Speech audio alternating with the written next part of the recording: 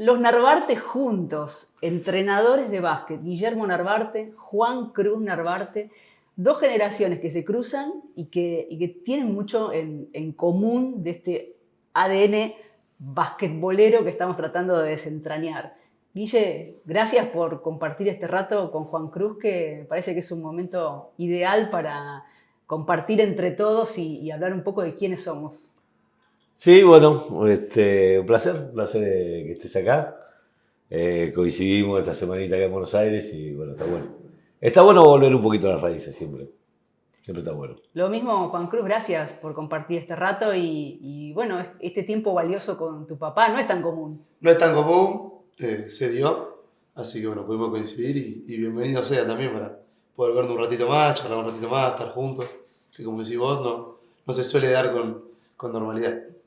Guille, en la vorágine de ser entrenador, tantos años recorriendo el mundo, cuando ves que a tu hijo le pica el bichito de ser entrenador, ¿te fuiste dando cuenta de a poco o fue un día que dijo, me quiero dedicar a lo tuyo? Fue un día que lo dijo, sí.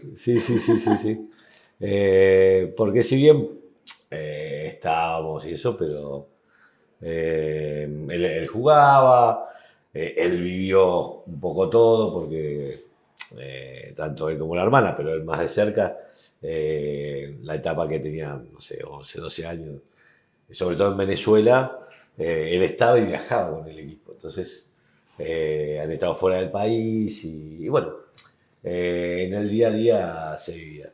Pero bueno, después él terminó de estudiar, tuvo una carrera universitaria, un poco la misma película. Y bueno, hasta que un día me dijo, tengo que hablar con vos y decime, no, me voy para Buenos Aires, yo estaba en Boca. Y ahí me dijo, quiero dejar ciencia económica y quiero ser entrenador de básquet. Bueno, entonces, ¿y qué vas a estudiar? Y ahí vino el tema. Entonces, bueno, educación física y si querés, que era algo como que podía darle un espectro o una cobertura a esa idea. Más allá de que hoy hay un montón de herramientas en cuanto a la preparación superiores a las que nosotros teníamos en ese momento. Sí, claro. Y cuando se dio ese momento de charla, Juan Cruz, ¿vos tenías pensado el momento justo para tirarle esa a tu papá? No, a ver, siempre el disfrute, la pasión, el gusto, el deporte estaba, eso estaba claro. Y esto de tenerlo tan cerca y haber quizás vivenciado algunas cosas que, ¿cómo te digo? No eran de lo común, hacían que quiera un poco más. Y bueno, como dijo él, yo estaba estudiando, me gustaba la carrera, pero me daba cuenta que había algo que me gustaba un poco más. Entonces, bueno, fue primero hablar en casa que estaba mamá, hermana y familia, y decir, bueno, yo tengo que ir a avisarle porque cuánto tiempo iba a estar ya sin estudiar y que el tipo no sepa. Así que bueno, fue así como dijo él, me fui a Buenos Aires, nos juntamos, le conté esta idea, y así me dijo, bueno, ¿qué más? Porque se aceptaba el entrenador, no había problema, pero había que buscar algo más. Y bueno, medio que ahí en esa búsqueda coincidimos en que educación física le podía dar ese contexto que iba un poco de la mano, cercano, y comencé a estudiar eso, lo terminé, y bueno, ahora seguimos por acá. Guille, ¿te dabas cuenta vos que tu hijo te estaba observando en cada paso de tu vida como entrenador para llegar a tomar esa decisión? Yo no sé si él me estaba observando, pero sí que desde chico él era parte de... Él tenía, no sé, 13, 14 años y cuando yo me iba, no sé, en Venezuela para el entretiempo, para el vestuario, a la pasada me decía, tenés que jugarle pick and roll a ese gordo, o no se la dé más a él, o sea, ya, o él estaba involucrado en las reuniones de staff, Claro. cuando estábamos haciendo el video, cuando estábamos viendo un juego o analizando él siempre estaba ahí. En concentración en la selección argentina, que a veces concentramos en Mar del Plata, él la vivía ahí. Entonces, todo lo que, a ver, cuando yo era chico o a su edad, lo veía como, uy, me gustaría estar ahí, él ya lo tomaba como algo cotidiano. Entonces, no sé si fue una seducción mayor o fue algo que como que lo mamó sin darse cuenta. Entonces, bueno, si era lo que le gustaba, porque fue lo que me dijeron a mí, o sea, lo que me dijeron a mí primero decían una cosa, la realidad era que por el lado de mi abuela y mi tía eran las que me apoyaban, y posterior a eso, cuando él me dice, no sé si a la noche o al otro día, me llama mi mamá, ¿te enteraste? Y digo, sí, vos ya sabías. Sí, bueno, ahora vas a vivir lo mismo que viví yo cuando vos me dijiste que querías ser entrenador de básquet. Así que, pero bueno, a ver, yo lo que, no sé si aprendí o es lo que creo, es, vos podés tener un título, pero si vos no lo llevas con pasión, o sea, sos abogado, si tenés pasión puedes ser el mejor abogado posible. Y si no te gusta, vas a ser un mal abogado. Si te gusta manejar y querés ser un chofer, puedes ser el mejor. Y en esto lo mismo. O sea, Sí. no sé si el mejor, la mejor versión posible. Sí, claro. Estás mucho más cerca de poder conseguirlo. Totalmente. Y bueno, esa pasión por la profesión evidentemente está en la sangre. Más allá de lo heredado que pudo haber recibido Juan Cruz de todas sus vivencias, vos también encarás tu profesión desde un lugar apasionado, comprometido. Como vos decís, el básquet te da placer, es algo de lo que te dedicas full time de por vida y es tu norte. Eso es la pasión. Sí.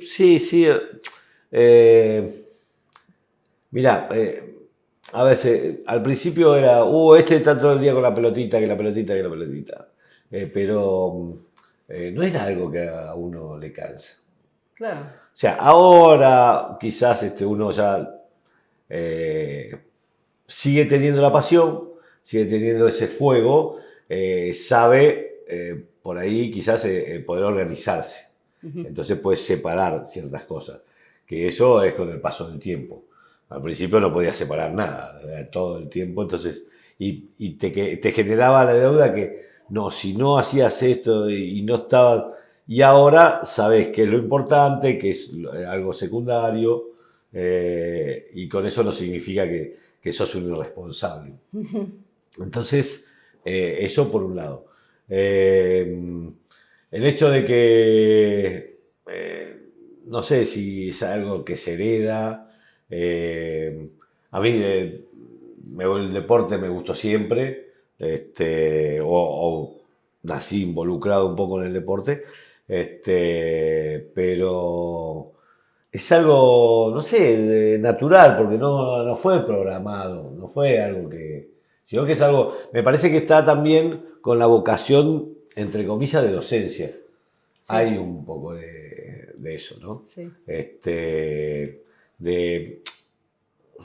A ver, mi esposa es docente, ¿no? Entonces, vos te das cuenta que siempre cuando te quiere explicar algo, contar algo o enseñar algo, sale esa vocación. Y si estás haciendo algo mal, sale esa vocación que te explica cómo hay que hacerlo. Pero bueno, y me parece que uno, dentro de lo que está, esa vocación también, porque yo empecé con los chiquitos, de ahí para arriba, no fue una cosa que directamente a dirigir profesional. Claro, entonces, ahora vos le transmitiste a él el amor por esta profesión de entrenador de básquet, tal vez sin darte cuenta, pero vos tenías para arriba generacionalmente a un papá vinculado con la comunicación, con la radio, con los medios y con el deporte, un locutor de transmisiones deportivas. ¿Quién era Benito Narvarte Blanco? Y bueno, era un tipo que a ver, que para ese momento, en los años 70, a ver, yo era muy chico para poder como detectarlo, ¿no? Pero dicen que un tipo con una energía tremenda, que revolucionó todo lo que fue la parte de comunicación, haciendo transmisiones por teléfono desde Alemania, o sea, cosas que decían, no, ¿cómo vas a hacer eso? Una locura, y bueno, y las hacía. Todo muy, hoy lo ves y decís, es muy artesanal todo, ¿no? Pero no sé, poner un VHF y en una lancha pesquera relatar una regata o una... o sea, Qué locura. estaba la regata Kadum. Sí. Entonces, ¿y cómo la relatamos? No podía tener un helicóptero. Y no, y creo que contrató una lancha pesquera, una lanchita de pescadores, y arriba de la lancha con un VHF y ahí salían. Siempre para la radio. Claro, cosas así, o transmitir desde un balcón una carrera. Pero bueno, a ver, él tenía 15, 16 años y en la sociedad de fomento era el que transmitía las carreras de bicicleta que se hacían en ese momento. Algo que si le decís a la generación de ellos y te miran como raro, ¿no? Pero bueno, todo fue, ¿cómo te puedo decir? Desarrollándose, estoy hablando de los años 70, y bueno, y me parece que un poco de eso uno recibió, Claro. se alimentó, yo la veo a mi hermana, que mi hermana es eléctrica, está todo el tiempo con sus cosas, con lo que ella hace, pero un poco como que esa genética por algún lado fluyó. Sí, qué curioso, ¿no? Porque así como Juan Cruz vivió desde chiquito toda tu vida de entrenador desde adentro, en tus equipos, en tu trabajo, vos lo viviste también con tu papá en la radio, pero Claro. no heredaste su profesión. No, pero a lo que voy de que, a ver, no sé, si vos me decís cómo se dio, no sé. No sé, se fueron dando las cosas y fui tomando lo que me gustaba. Claro. Pero, por ejemplo, a ver, si yo te digo yo hacía puesto base en la radio, si le decís puesto base a la generación de ellos, no saben. Estudios centrales. Uno de los primeros trabajos en radio que hizo Walter Saavedra Sí. era puesto base conmigo. Ah, estaban los dos Estábamos los dos. en la radio. Sí. Entonces había una chicharra, un micrófono abierto, silencio.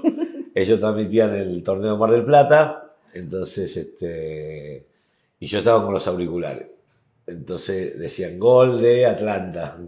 Yo lo anotaba, se lo pasaba y él apretaba el botón. Entonces yo he estado con Walter Saavedra, con Luis Secuelo, ni hablar. Ese era medio un tío que yo tenía. Eran todos medios tíos que tenía, ¿no? Claro. Entonces yo ya era el domingo a la tarde en el U6. Había que ir a buscar la factura que ya era la fonte y era toda la tarde ahí. Tato Valde, que era El operador. el operador, un loco tremendo, otro tío más que tenía. Y yo tenía, antes de ir a la cancha, mi viejo me dejaba en la radio y ese había sido para el Estadio San Martín. Y yo me quedaba ahí. ¿Y cuántos años tenías? Y 10 años, 10, 11 años. ¿Tan chiquito y ya metido ahí en la radio hablando? O sea, No, yo no salía al aire, yo no colaborando. salía al aire. Claro, Yo, claro. sabémosle, hoy le dicen producción. Claro, Entonces, yo hacía eso. Y estaba ahí en la radio, y en algún momento dado aprendí a cómo manejar ese tipo de consola, y que la ficha que sacar. Y aparte yo la pasaba bien, me divertía, ¿no? Porque, o sea, fuera de micrófono y todo eso, domingo a la tarde en la radio, en julio, en agosto, la pasaba bien. Y bueno, a los Agotis, todo ese equipo, que un poco lo lideraba mi papá, bueno, con el Cholo, Juan Carlos, bueno, ellos iban al estadio, Claro. el Cholo, Juan Carlos, mi viejo, en su momento Jorge Rocco, bueno, Sí. mucha gente de esa época, y después era los domingos viajar a Buenos Aires, porque transmitían de Buenos Aires, entonces se salía a las 6 de la mañana, la ruta 12 en ese momento no era autopista, entonces salías a las 6, llegabas a Buenos Aires a la 1 y a las 3 a la cancha. ¿Y cómo era esa relación entre los periodistas más grandes y vos? Y no, yo era el pibe que estaba ahí metido, que era chiste, risa, todo. Gente O sea, muy divertida. Claro, sí, sí. A ver, yo tenía 10 años y eso era toda gente de 35 años, ¿no? Claro. 10, 11 años. Y bueno, yo iba por ahí. Es más, a veces mi viejo, cuando aprovechaba que era sábado y domingo, entonces nos íbamos el sábado con mi mamá y mi hermana. Entonces pasábamos el fin de semana. A veces yo hago cosas con ellos, he hecho cosas así, porque si no, mi viejo no lo veíamos nunca. No estaba nunca en casa. Claro, claro. Era así. Él entraba a las 6 de la mañana a la radio. A ver, yo me crié levantándome a la mañana para ir al colegio y la radio prendía en mi casa y mi papá estaba en la radio. Claro. O sea, escuchando a mi papá a las 7 de la mañana, ¿no? Qué bárbaro, qué lindos recuerdos. Sí, sí, son cosas lindas. Que bueno, a veces ellos un poco la saben, la escuchan, pero por ahí no tienen esa magnitud. Sí, Juan Cruz, ¿qué pasó cuando fuiste a la radio Claro, de yo te visita contaba- escolar? Claro. Me contaba la anécdota que, bueno, una de las salidas que hemos hecho alguna vez con la escuela era conocer la radio y llegamos a la radio y bueno, yo encuentro la plaqueta que decía Claro. Benito Norberto Blanco. Y bueno, como que ahí yo también fui reconociendo todo esto que se contaba, cuestión que agarran 2 o 3 de mis compañeros, incluido yo, y nos hacen pasar a la cabina, se dice, Sí, y nos presentan de dónde venían, cuando hay que decir nombre, apellido, y me tocaba a mí. Y cuando dije, se sorprendieron todos y me miraban. Y como que te daba hasta vergüenza preguntarme si Claro. veníamos de ahí. Y bueno, sí, era el nieto de Benito Norberto Blanco. Entonces, bueno, se creó un momento ahí medio de yo también tratar de entender la especie de euforia o sorpresa que tenían ellos. Y ellos también como lo mismo, decir, este es el nieto. Porque a vos te reconocían, pero a mí no. Claro. Mi presencia en la radio no, ni cerca de lo que ha hecho él, más que ir a visitarlo, no he tenido. claro. Entonces, bueno, como que también yo empecé a reconocer algunas de estas cosas, abuelos de mis amigos que lo nombraban, y reconociendo que sí, que fue una persona importante para los medios, pero bueno, yo más que eso no fui sabiendo tampoco. Claro, qué lindo momento, aunque se pudieron ahí unir las 2 puntas de la historia, casi sin querer, en esa visita tuya escolar. Y a vos, Guille, cuando pensás en esos momentos de lo que te deja la figura paterna, ¿no? Desde lo laboral, desde el acompañamiento, y vos también vas repitiendo con tu hijo. Sí, uno, a ver, cuando sos muy joven no reflexionás tanto. Cuando va pasando el tiempo empezás a ver ciertas cosas. Yo hoy, la otra vez me decían, si no hubiera sido con el básquet, y yo siempre digo, si mi viejo viviera hoy o él no se hubiera ido tan temprano, yo no sé yo creo que hubiera seguido, ya te digo, en la radio, en la agencia de publicidad, Claro. relacionado, no sé, con producción, con los medios, no sé, con marketing, porque mi viejo era un tipo muy activo, muchas cosas. Calculá que sus últimos 2 años él tenía el turno a la mañana en la radio y a la tarde venía a Radio Mitre. ¿Estamos bien? ¿Sigue todo? O sea, ¿se cortó o sigue? No, está. Ah. Entonces, Se venía a Buenos Aires. claro, él en una época tenía un auto en Mar del Plata y no sé si un auto en Buenos Aires, entonces tomaba el vuelo a las 6 de la tarde, venía hacia el programa y a las 12 nomás lo iba a buscar o secundario iba a comer, entonces o sea, no lo veíamos. Trabajo, que quizás eso fue un poco por donde decantó, ¿no? Entonces, pero bueno, a lo que voy, que a lo mejor yo hubiera seguido, o sea, yo ya estaba encaminado en eso, entonces hubiera sido un poco la película de él. Estar en los medios, estar en la radio, no sé si hubiera ido por el lado del periodismo, si hubiera ido por el lado de la locución, animación, no sé, o producción, o estar en la agencia. Claro. Porque en ese momento en la agencia estaba mi tío, el hermano más chico de mi mamá, y mi mamá se involucra cuando falleció mi papá, pero si no Claro. no estaba involucrada. Entonces me parece que un poco hubiera salido para ese palo, ¿no?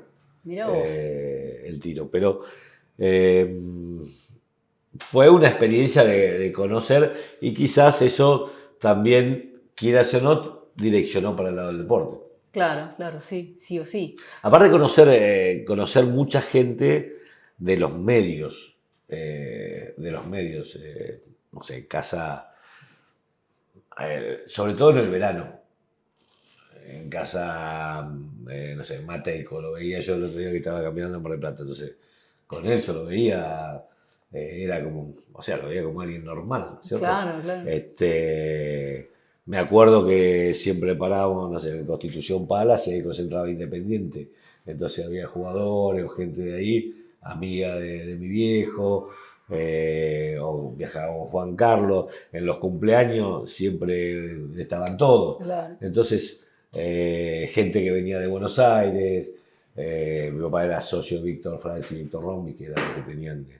Entonces, en los veranos, todo lo que eran los Editorial Atlántida, que estaba el auditorio. Claro. Porque yo conozco, piso la radio en el piso 14, el Banco Claro. Provincia, ahí. Que estaba el loco, ¿cómo era? No me sale. Bueno, en su momento también con el loco de Boas. No. Sí. Pero no, que había un programa, siempre me acuerdo de la almohada maldita. Yo tenía 3 años y 4 años y ahí ya me hacían hablar por la radio. Y bueno, entonces era algo común. La radio, la televisión o los medios en Mar del Plata era algo común, o ir acá a Radio Mitre, o cuando venía José María Muñoz, o en la parrilla, ir a las comidas en la planta transmisora, en la parrilla del papá de Juan Carlos. Claro. Entonces, bueno, todo eso fue un poco mi infancia, llamémosle, por afuera de lo que era el colegio, el club, mis amigos. Claro. Ese era un poco donde me movía con mi papá. Y aparte los veranos en Mar del Plata a nivel deportivo eran impresionantes, Sí, la cantidad sí. de cosas que pasaban, el fútbol de verano, las figuras, o sea, eso se fue perdiendo un poco y aquella época era de oro. Claro, no, porque en ese momento estaba en San Martín, venía todo, a Mar del Plata no estaba tan desarrollada la costa.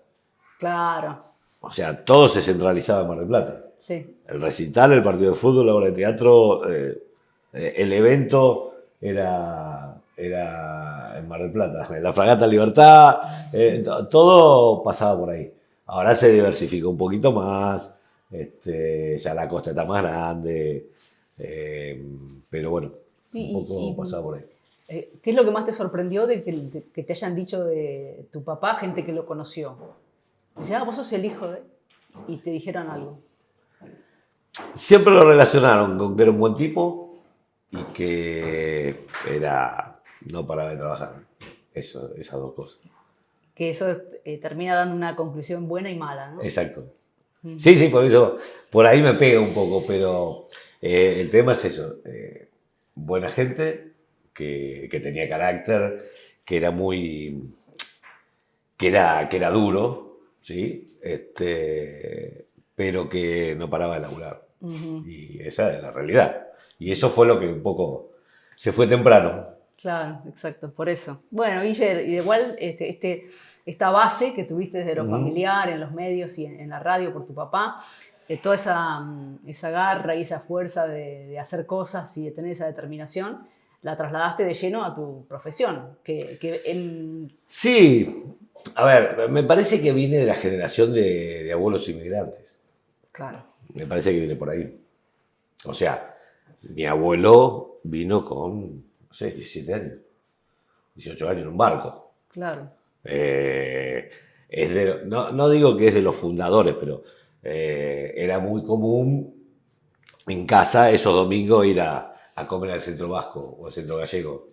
Sí, hay amigos de mi abuelo que vinieron en el barco y ahora se dispersó un poco, pero antes cuando éramos chicos era más común eso. Sí. Entonces, bueno, es ese tipo de generación por ahí, por el lado de mi mamá, ya son bisabuelos españoles, pero mi abuelo era vasco. Claro. Y bueno, y toda esa generación de abuelos inmigrantes, un poco el perfil invitaba a eso, esfuerzo, trabajo, conseguir honestidad, gente que vivió una guerra. Yo tuve la oportunidad de ir a España y conocí el camino que hacía mi abuelo con los hermanos para ir a buscar el pan y la leche en guerra. Mirá, No, por los Prepirineos. qué fuerte. Y vos sabés que era todo un lugar, piedras, era todo ripio, ¿sí? Y bueno, mi abuelo contaba que ellos lo hacían todo tipo cuerpo a tierra, ¿no? Y salían a las 6 de la mañana y volvían a las 5 o 6 de la tarde con pan y leche. Entonces, después que pasaron eso y capaz que tenían 13, 14 años, llegaban acá a Mar del Plata o a Argentina, que era la gloria. Sí. Entonces es como decir, vamos a aprovechar, ¿no? Claro, y eso te forja, te marca. O sea, Claro, sí. y se transmite a las nuevas generaciones, lógicamente, esa cultura del esfuerzo. Sí, yo tuve la oportunidad de disfrutarlo, mi abuelo. Mucho. Qué bueno. Sí, hablaba mucho, andaba mucho con él. Y bueno, todas esas historias las contaba todas. Qué bueno. Guille, ¿y cómo empieza entonces tu vínculo con el básquet? Que te das cuenta que querés ser entrenador. Cuando fallece tu papá, dejas de estar en la radio. No, yo arranco con la obra esa de Kimberley, de la pileta y todo eso. Medio explota Kimberley, Sí. tenía amigos que iban ahí, y yo iba a los partidos siempre con Secuelo.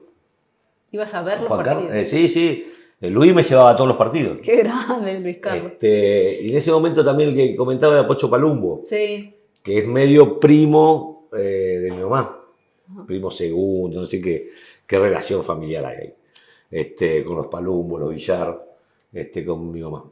Entonces, y los partidos esos en Quilmes, en Sporting, en Kimberley, y bueno, y él era un poco el que me llevaba, y yo estaba ahí, viendo el partido.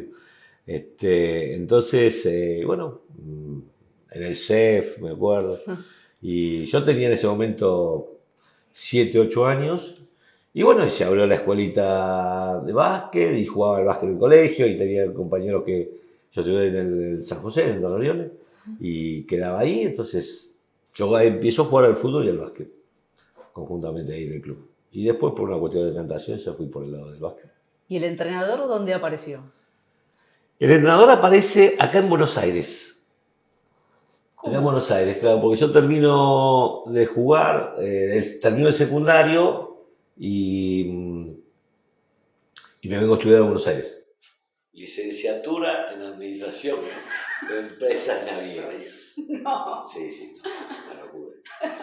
El tema era así, un primo hermano de mi mamá tenía un cargo en Shell, Argentina acá. Entonces yo quería estudiar algo por el lado de la economía, ciencia económica, y venía en los veranos, y ¿por qué no estudias licenciatura de Administración de Empresas, pero navieras? Y me dice, hay un programa en Shell que te becan al segundo año y después ya salís con trabajo. Y vos fíjate que el trabajo era en Venezuela. Mirá vos. Entonces, bueno, vamos a enganché, ya estaba arriba de un barco. Claro, vos no tenías que trabajar en barco, trabajabas en tierra, Sí. o sea, en las oficinas. Bueno, vamos por ese lado, porque yo estudié ahí me voy a estudiar, curso de ingreso, entro. Trabajaba, primo de mi mamá, aparte tenía una inmobiliaria, que era socio del Chivo Pavoni. Bien. Sí. Entonces, yo a la mañana trabajaba en la inmobiliaria. A esa inmobiliaria iba Pastoriza, Bochi, Nitrose, todo lo independiente, que después íbamos a jugar al fútbol y todo eso. Y después iba a la tarde a estudiar ahí. Y vivía en una pensión con Sergio Evangelista y otro chico más. No la sabía. Sí, con Sergio Evangelista, porque Sergio vivía cerca de mi casa, ahí en la diagonal atrás del estadio. Ajá. Y en el colegio él era más grande que yo, pero entonces él estaba allá, bueno, y vivíamos ahí, Avenida de Mayo y la 9 de Julio, ahí vivíamos. Entonces, bueno, 6 meses. Y yo jugaba al básquet en Banco Nación. Ah. Y en Banco Nación en el equipo jugaba Esteves. No, claro, coincidieron con él. Smith. Todo en Banco Nación. Y el negro, ¿cómo era que estaba de prensa antes en la S? Suárez. El negro Antonio Suárez era el dirigente de banco. Claro, el que exacto. hizo mi pase. Ah, mira. Claro, él hizo mi pase. Entonces, vos fíjate cómo viene todo. Y de ahí al básquet, a lo que iba a hacer después. Para Esteves y Smith ya arbitraban, No, ellos eran jugadores. pero todavía no estaban metidos en el arbitraje. No, creo que no, pero me parece que el Colo es igual que yo y Roberto un año menor, pero jugaba ahí en el club. Claro, Jugaba eran ahí. compañeros. Claro. Y bueno, yo tenía un amigo que había jugado en Mar del Plata, que era de Banco Nación, cuando yo me vengo a estudiar, él estaba jugando ahí, entonces me dio como que me abrió las puertas del club, o sea, socialmente con los chicos, lo pasé bárbaro. Pero ya después, a los 6, 7 meses, estaba más en el club que lo que estaba en la facultad.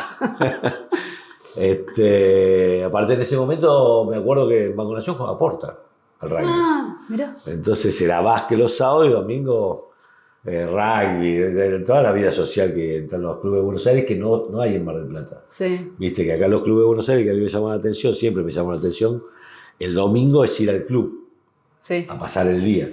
Y nosotros no. Claro, no. En la villa de Quimbo era como un asado con el fútbol y nada más. Era en la playa. Claro. Entonces, entonces estaba bueno estar acá en Buenos Aires así.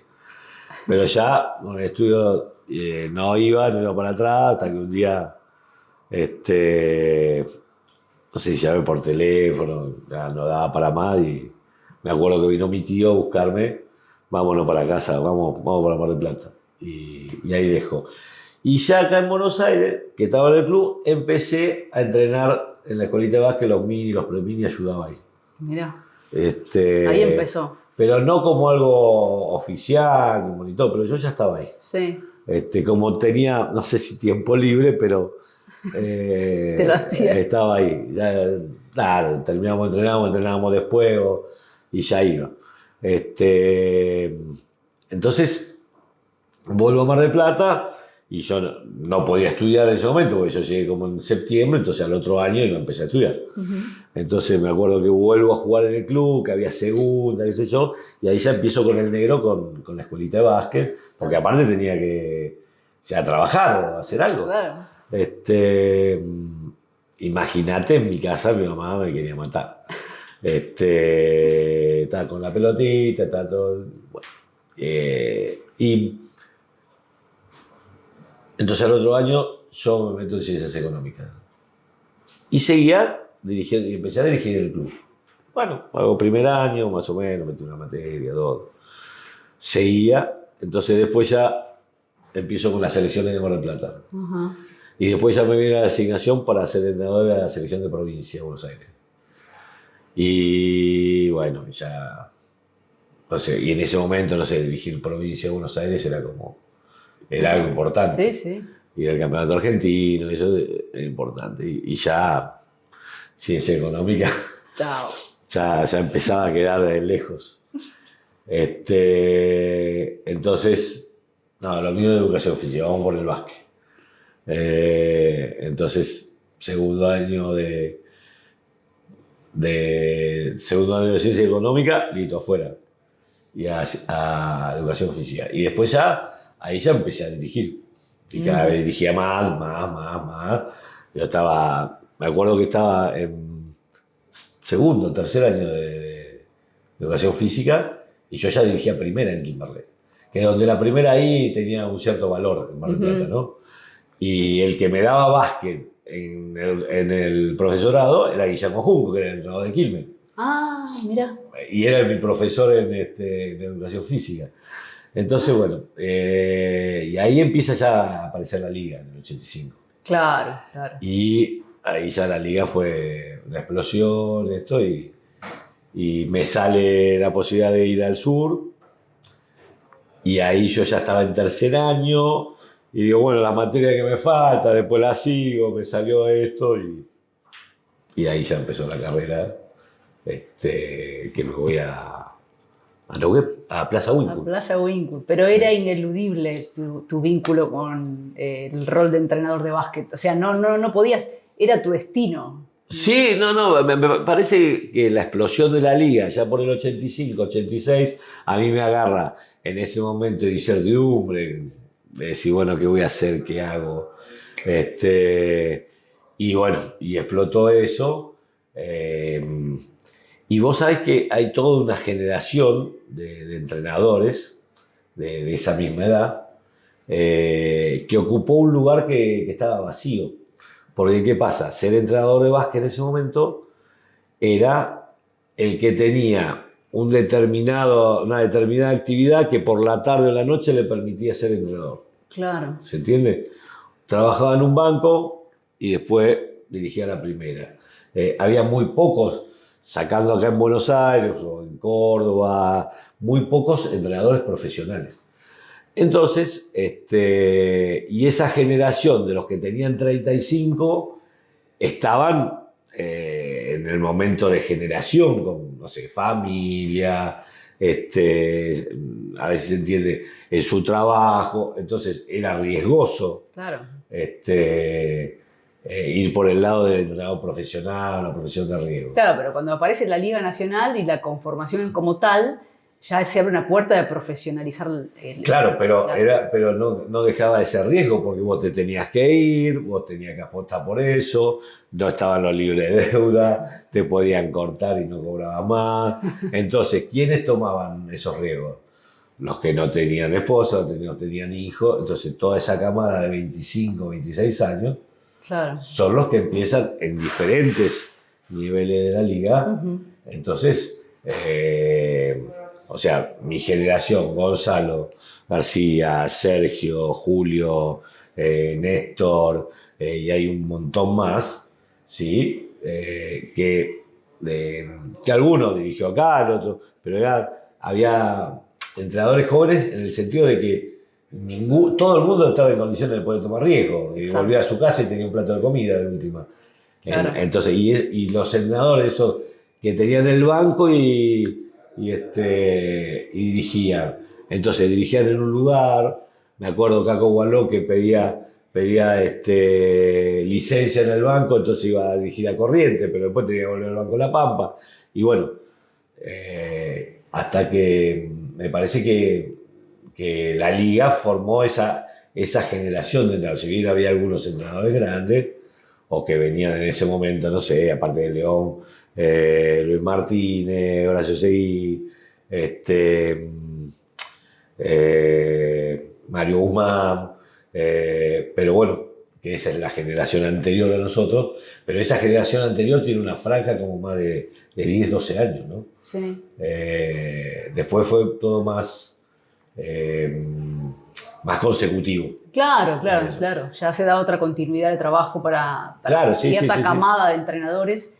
Qué momento clave de la historia del básquet que acabas de retratar, porque para la formación, la conformación de lo que fue el mapa inicial de la liga, el rol del entrenador fue fundamental y marcó esos cimientos, ¿no? Y me pregunto, en esta charla en la que te remitís a ese momento tan clave, ¿qué pensás, Juan Cruz, vos de todo esto que estás escuchando? Porque vos estás en la etapa esa en la que estaba tu papá en ese momento. Él se encontró con la apertura que le dio la creación de la liga.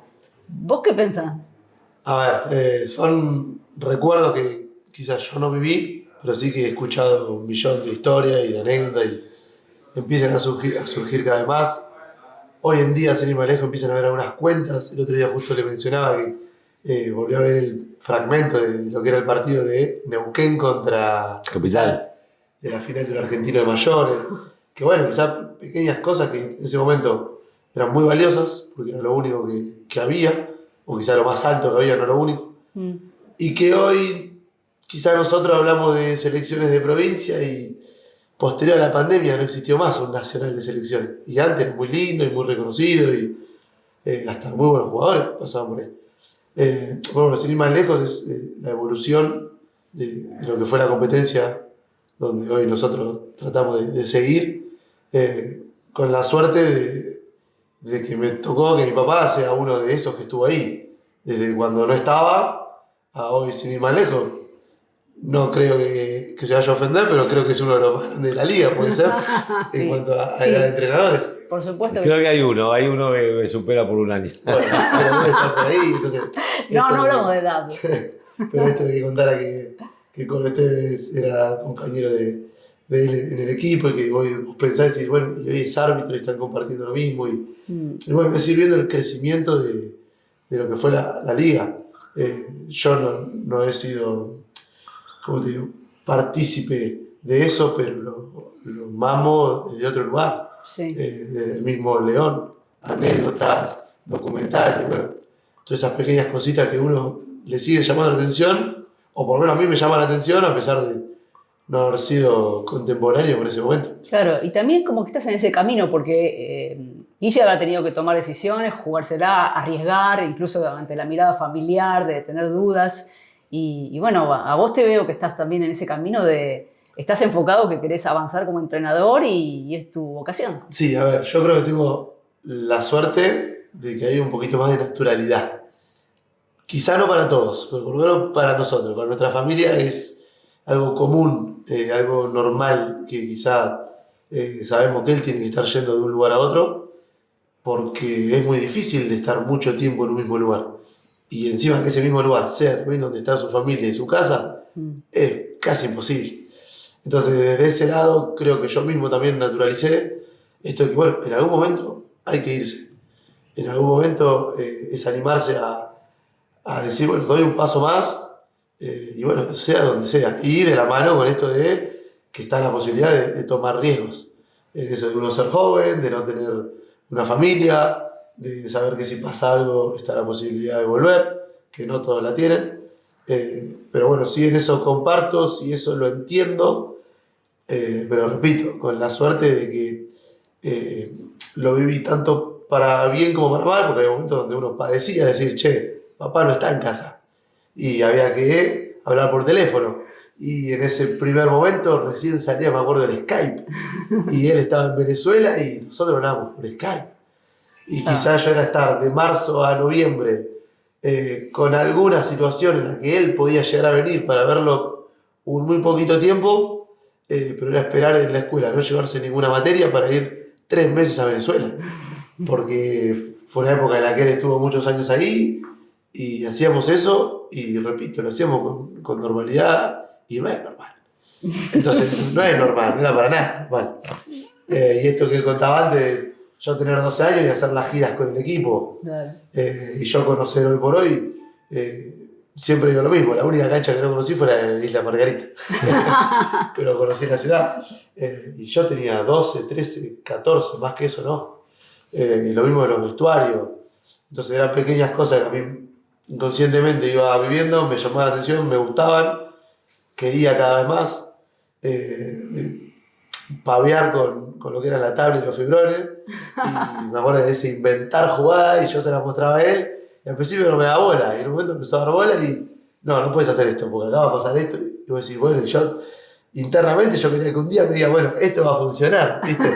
Era como mi jueguito, y bueno, en esa risa, en ese goce, también entendí que quizás le pasaba lo mismo a otro hijo de otra profesión, como puede ser un mecánico, que un chico con 8 o 9 años jugaba con las herramientas y quizás sabía levantar las tapas, o sea, sabía levantar un capó y reconocía todo lo que había ahí. Y a mí me pasaba en otro ambiente. Entonces, bueno, como que empecé a creerme como que no era tan raro, que se podía, que por más que quizás las distancias generaban una situación de incógnita, porque no se entendía muy bien cómo era que vivíamos en casa, lo que bueno, que uno siempre lo sintió muy cerca.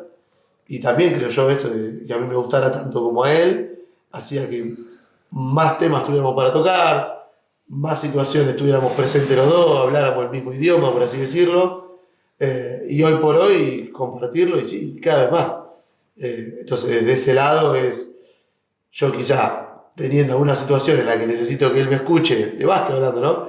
Y él sabe que no es algo grave ni de vida o muerte, pero bueno, que me da ese lugar y que me escucha y, che, tengo este partido y tengo que hacer esto y cómo lo ves. Y bueno, desde ese lado, sin irme por la rama con lo que preguntaste, es ver toda esa evolución de un principio donde no había nada, a hoy que está recontra firme la liga, y que hay cada vez más chicos como yo que quieren ser entrenador. Entonces, de ese lado, decir, bueno, se puede, hay que meterle, es bravo, porque también desde chico, yo, sin ir más lejos, me acuerdo que la primera vez que yo dije, bueno, me parece que quiero ser entrenador, estaba en Kimberley, era chico, y empecé a ayudarlo a Imanol Hernández. Y entonces Imanol me llevaba de un lado para otro. Y bueno, y después también decir, él sigue también por ese lado. Y hablando de eso, de hablar del mismo idioma, ¿no? Con el hijo de Sergio Hernández te pones a hablar. Y que después él viniera a Peñarol a estar de asistente en la liga y yo ya estar ahí y compartir también. Entonces, como que en algunas cosas, si lo ves desde lejos y más frío, te sorprende, pero uno que a veces está en la vorágine sana, por así decirlo, porque a veces ellos están en una vorágine que no es sana, pero que te permite verlo de afuera, te dan ganas de decir yo quiero esto, con esta, repito, con esta suerte de conocer lo que va más allá de la cancha, de conocer cómo son los días a día de entrenamiento, de conocer los pros, de conocer las contras, esto está lejos, que un día el equipo, como digo, está más preparado, llegas mejor, la infraestructura es mejor y otro día te toca de otro rol, bueno, todo ese pequeño tipo de cosas donde a veces hay más, a veces hay menos, el saberlas te da como esa tranquilidad de decir, bueno, vos sabés dónde te estás metiendo, claro. Vos sabés todo lo que implica. Y bueno, uno decir, sí, lo sé, que después de saberlo, a realmente vivirlo y experimentarlo solo, debe ser otra cosa. Pero sí saberlo te ayuda a estar más preparado para elegir. Exacto. O para animarse. Tal cual. 26 años, Juan Cruz. Escuchándolo hablar, creo, Guille, que te das cuenta que vale la pena todo, ¿no? Sí, sí. Está bueno, está bueno. Ya, yo lo que te decía hoy temprano, para mí todavía, como que todo va para atrás y los 26 que tienen ahora no son los 26 que tenemos nosotros. Ellos tienen información que nosotros no teníamos, pero bueno, por otro lado, nosotros con más chicos vivíamos cosas diferentes a las que han vivido ellos. Entonces, bueno, pero cuando vos ves que ya lo ves grande, que bueno, que tienen ideas propias, que tienen cierta identidad en lo que piensan, a veces no estás muy de acuerdo. Pero claro, pero está bueno, sí, está bueno. Qué lindo. Y puntualmente que hagan algo que realmente le guste. O sea, en el caso con él, al lado del básquet. El caso de Connie, desde los, no sé, 13 años, 14 años, con el tema de la indumentaria, la ropa, el vestido. Ahí también hay, para mí, hay una gotita de influencia de mi mamá. Ah, mirá. Claro, porque mi mamá era modista. Claro. ¿No? Y las telas, y la ropa, y vestidos de novia hacía, y todo eso. Y medio que si ella tenía algún deseo, algún interés, la abuela era la que también estaba ahí empujando. Entonces, y hoy ella fue para ese lado. Entonces, bueno, y vos ves que uno reniega, porque, a ver, me escuchaba a mí en un día, uy, que esto no sale. pero vas de nuevo, entonces porque te gusta, y ella está con lo mismo, y vos en lo tuyo estás en lo mismo, o sea, cuando vos ves gente que en el rubro que está, a veces, no digo que reniega, sino que aparecen dificultades, pero que las encara, que tiene esa capacidad de resiliencia, que tiene, decir, no, a ver, este problema me ocupo de la situación, es porque hay pasión. Si no te gusta, chao, vas para otro lado, lo dejas de lado. Totalmente. Entonces, bueno, por ese lado está bueno. Bueno, yo con la charla estoy encantada y me movilizan un montón de sensaciones y sentimientos de ver el recorrido de ustedes. Tengo un par de preguntas más. No sé si estamos bien con el tiempo o con No, el... no, estamos bien, estamos bien. ¿Estamos bien? Ah, no sé. ¿Sí? Bueno, entonces tengo un tramo final que, bueno, me gustaría retomar un poco esto de hasta dónde llegar, ¿no? Porque vos también hoy decías que estás enfocado en disfrutar el día a día, que es una reflexión sabia que tendríamos que entender antes, pero bueno, llega cuando tiene que llegar. Sí. Pero, a ver, tuviste la posibilidad de llegar a lo máximo de lo máximo que es la selección argentina, o sea, ser parte de la selección argentina, desde un lugar como entrenador, como integrante de un cuerpo técnico y de ser uno de los privilegiados que representa al país en los Juegos Olímpicos. Eso es un premio para pocos, que llega de una manera que tiene que ver también como un premio al trabajo. ¿Te acordás cuando te convocaron a la selección argentina por primera vez? Sí. Estaba estacionamiento del Club Unidos. Estamos hablando de, no sé si era enero, febrero del 2005. O sea, yo dirijo Peñarol de 2004, 2005, 2005, 2006. Me parece que fue en, no sé cuándo lo designa Sergio, creo que fue... 2006. No. No, Sergio para ir al pre-mundial 2005. No, pero ya cuando él Mañana termina el ciclo de Mañana en el 2004, claro, Juegos Olímpicos 2004. Claro, 2005. Y ahí en ese verano, entre diciembre y enero, se designa Sergio entrenador de la selección. Sí. Vamos a poner febrero. Sergio dirigía a Boca y yo dirigía a Peñarol. Sí. Entonces vamos a entrenar me parece que era enero o febrero, porque vamos a entrenar a Estados Unidos con Peñarol, sí, que estaba ocupado el pol y no sé qué. Entonces entrenábamos en Estados Unidos porque jugábamos ahí un par de fechas de local. Entonces termina la práctica, yo estaba en el estacionamiento, bueno, estoy arriba del auto, me siento al auto, teléfono, Sergio me llama. Guille, del otro, me gustaría, bueno, sabes que sí, felicitaciones. Aparte con Sergio nosotros nos conocemos de los 17, 18 años, porque él dirigía Selección de Bahía y yo dirigía Selección de Mar del Plata. Entonces, entonces los zonales, los provinciales. Entonces, bueno, me gustaría que estés con el cuerpo técnico. Dice, bueno, este año quiero que esté con los juveniles y que aparte esté con la mayor, pero que te hagas cargo de los juveniles. Y me dice, no sé, en junio tenemos el Sudamericano 17 y después tenemos el premundial, premundial en Dominicana, pero bueno, Argentina está clasificada, pero vamos a ir igual. Así que esos son los dos torneos. Me dice, bueno, quiero saber que... Sí, gracias. No podía creer. Entonces,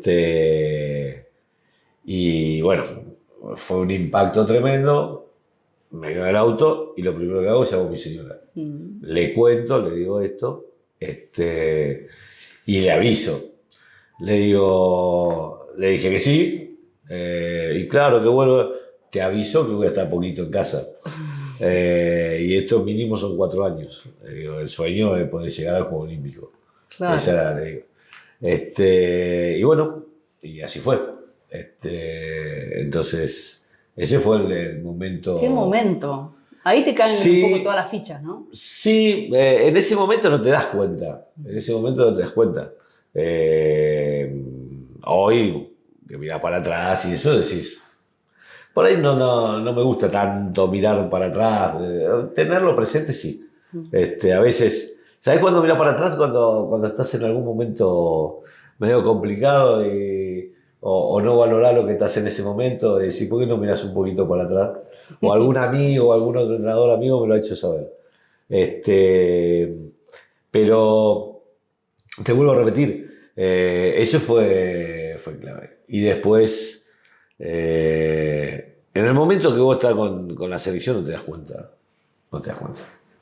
Te das cuenta cuando se termina. O sea, cuando se termina. A ver, la selección argentina o la que sea, hay que tener claro que es para un ratito, no es para nadie tiene ese lugar comprado. Entonces en ese momento representas un montón de cosas, tenés que hacer las cosas, tu mejor versión, por algo estás ahí. Y bueno, entonces la verdad que es un recuerdo. No solamente con la selección mayor, sino todo el proceso.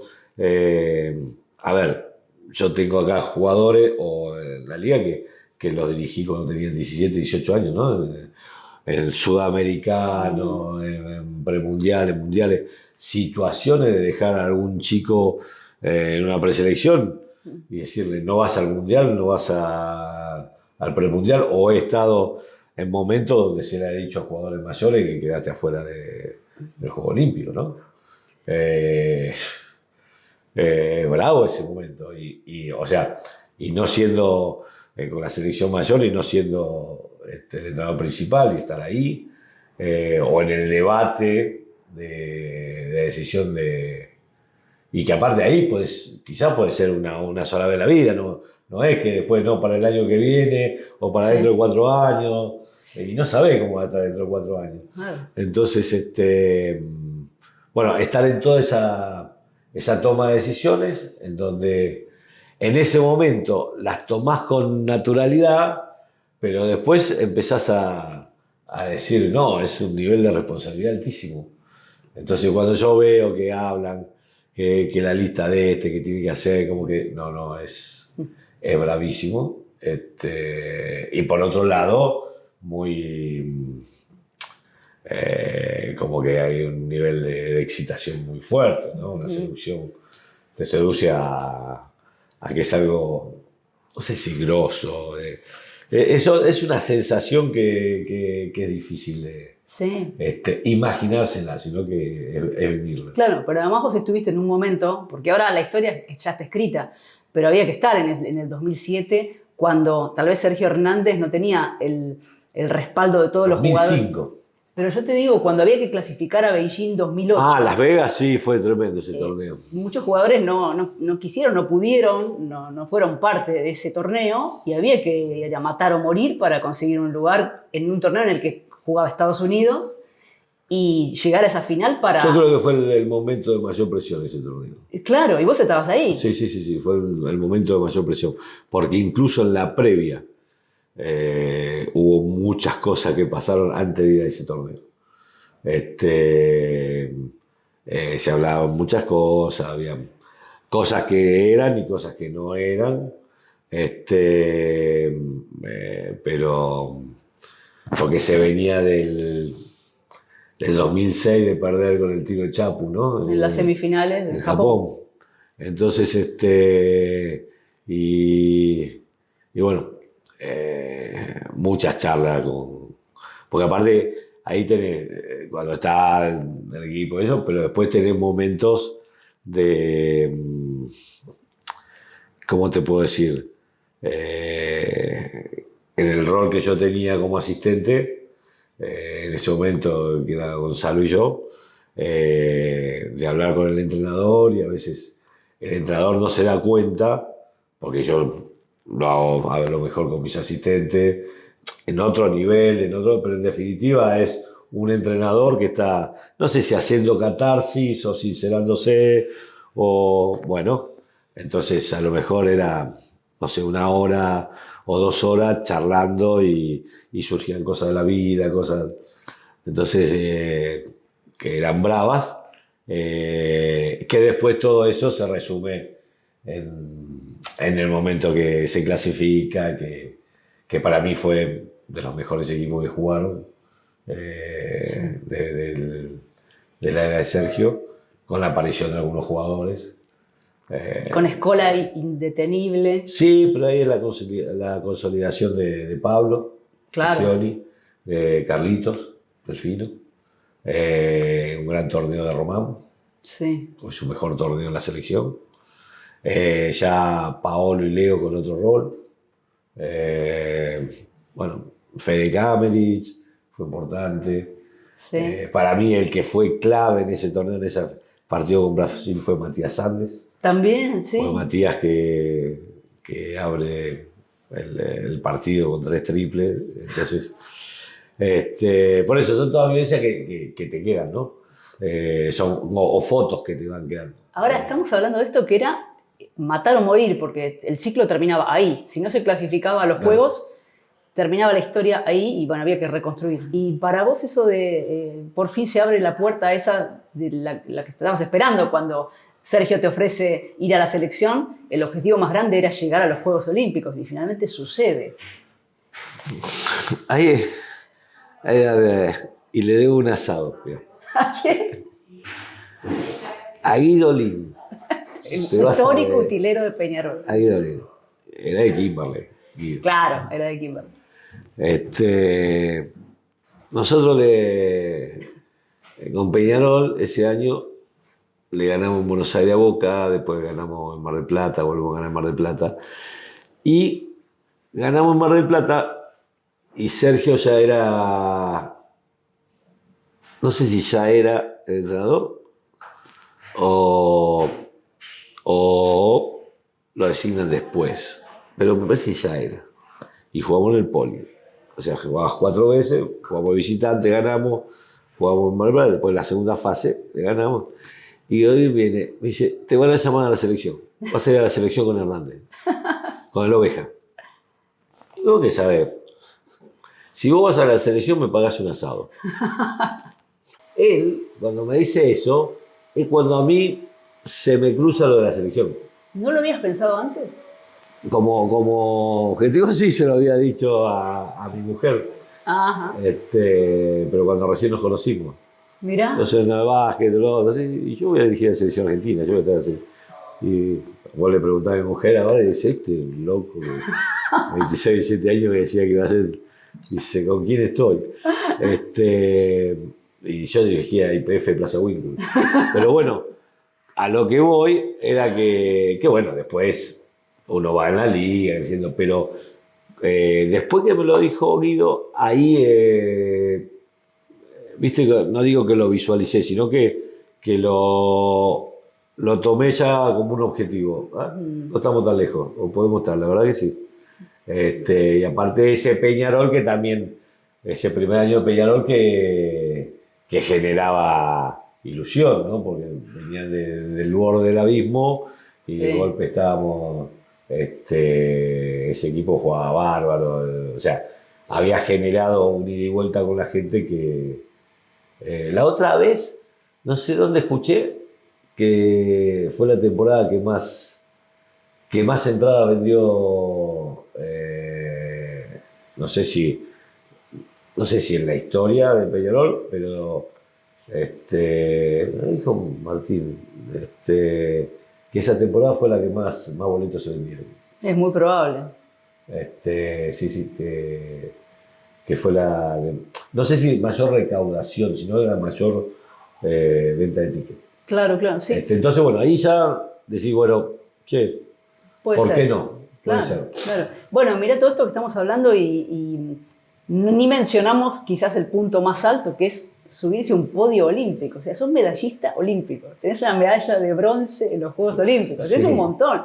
Eso te tomás conciencia, o sea, ¿tu hijo sabe que su papá es medallista olímpico?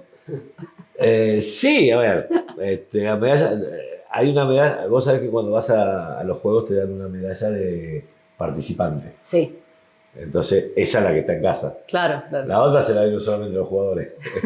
Ni Ni nos a Sergio acercamos. Hernández. No, ni nos acercamos a. Nosotros lo veíamos. Estaba el podio ahí, estábamos hacia un costado y sacábamos fotos. Después sí, pedíamos y prestame la medalla y te sacabas una. Tengo una foto ahí con la medalla. A ver, en ese momento es una locura porque era normal, no íbamos enojados si no jugábamos por el podio. Sí. O sea, se vivieron 20 años donde teníamos un paladar negro tremendo. O sea, no. Ya si le ganabas a un equipo por 5, che, esto hay que ganarle por 15.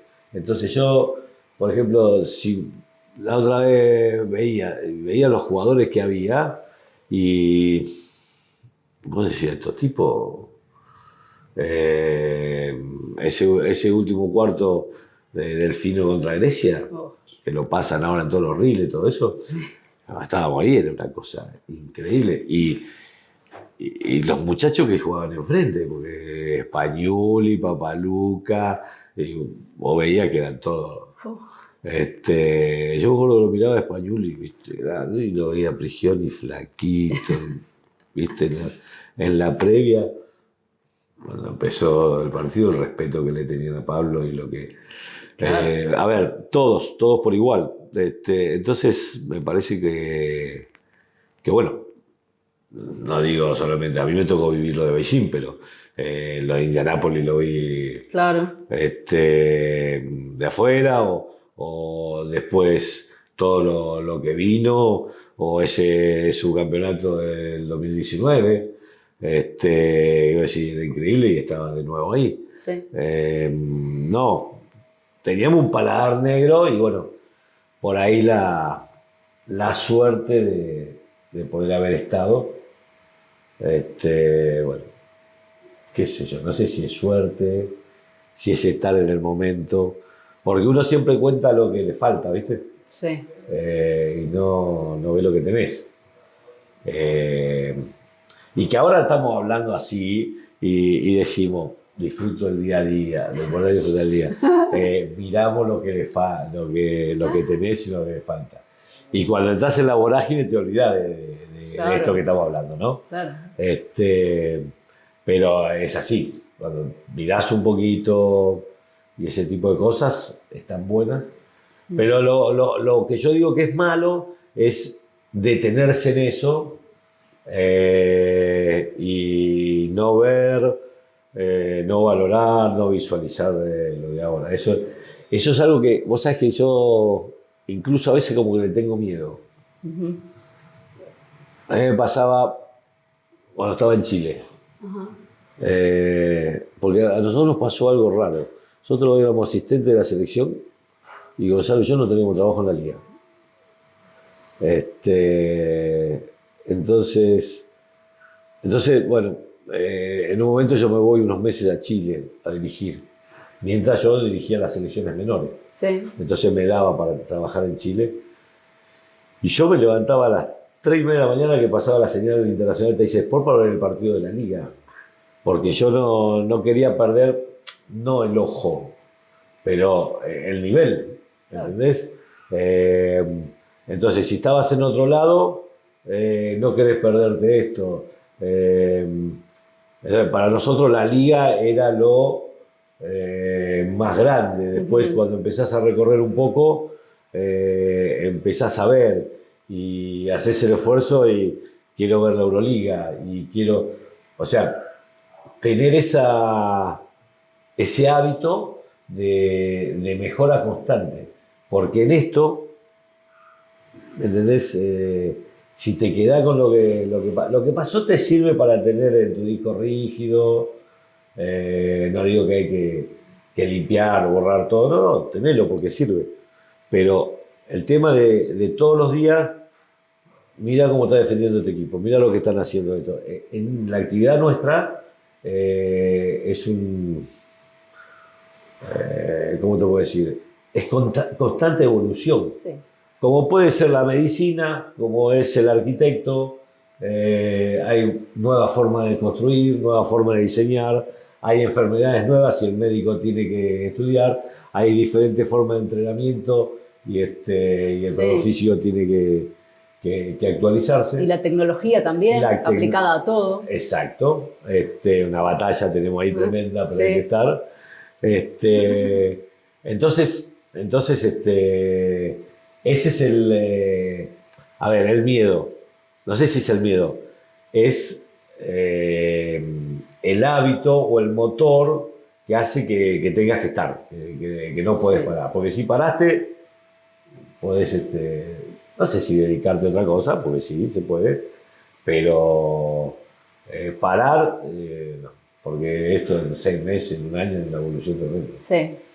Gracias por compartir este rato tan valioso con nosotros para reflexionar, para ver un poco también de qué estamos hechos, los que estamos metidos en este mundo del básquet, que nos atraviesa este ADN, que nosotros llamamos cultura de básquet.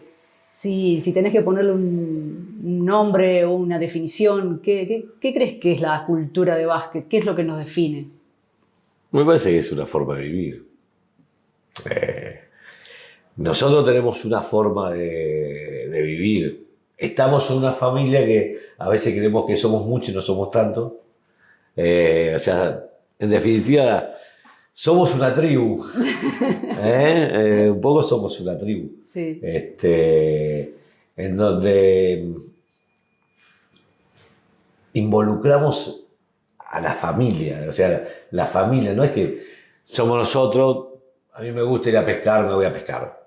Y pesco, o voy a cazar, y pesco, y te vas con la caña a tal lugar, y te vas con la caña, tus amigos, ya está, un fin de semana, volvés y estás. No, acá es diariamente, en casa, todas las noches hay un partido en el televisor, sea de la Liga, sea de Uruguay, sea de México.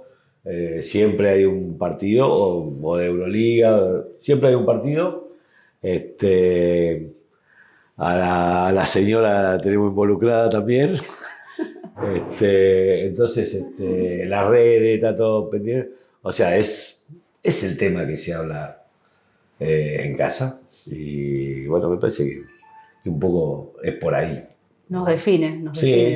¿Qué es para vos, Juan Cruz, la cultura de básquet? No, coincido. Creo que más que nada esto de un medio para que un grupo de personas tengamos contenido en común y a partir de ahí creo que empiezan a surgir cada vez más cosas y creo que eso es un poco lo que fue llevando a todas estas charlas, a todas estas construcciones, ya sea de una competencia nueva, de un equipo, de la idea de decir vamos a formar parte de la liga, bueno, desde qué lugar, desde nuevos puestos de trabajo, bueno, todo lo que hoy por hoy envuelve a nuestro básquet que tenemos cercano, pero que en otros lugares también pasa.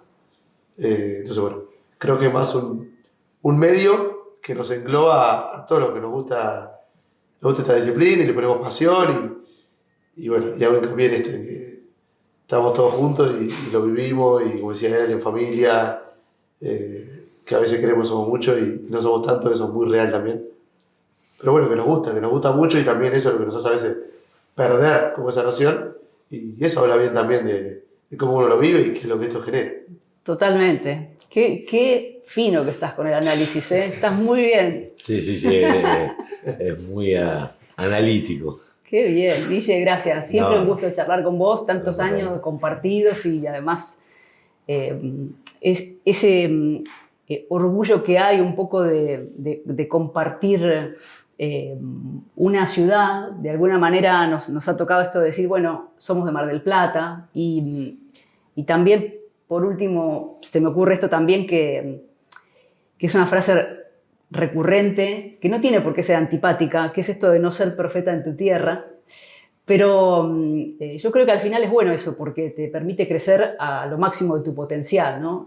No es limitarse a un territorio, si bien hay un vínculo y eso va a existir toda la vida, pero dejando tu ciudad natal, vos demostraste qué lejos podés llegar en el mundo con tu profesión. Sí. Mirá, siempre cuando estaba, yo me acuerdo que estaba en Neuquén, no estaba en Rafaela, yo ahí en Rafael tuve 6 temporadas. Sí. Iba para las fiestas y siempre estaba el llamado de Juan Carlos. Para la radio, nota.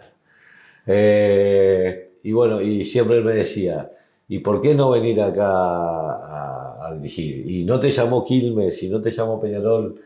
Y yo siempre tuve claro de que quería dirigir en Mar del Plata, pero que sea porque me valoraban la capacidad, Sí. no por haber nacido, por tener lugar de nacimiento o tener el domicilio en Mar del Plata.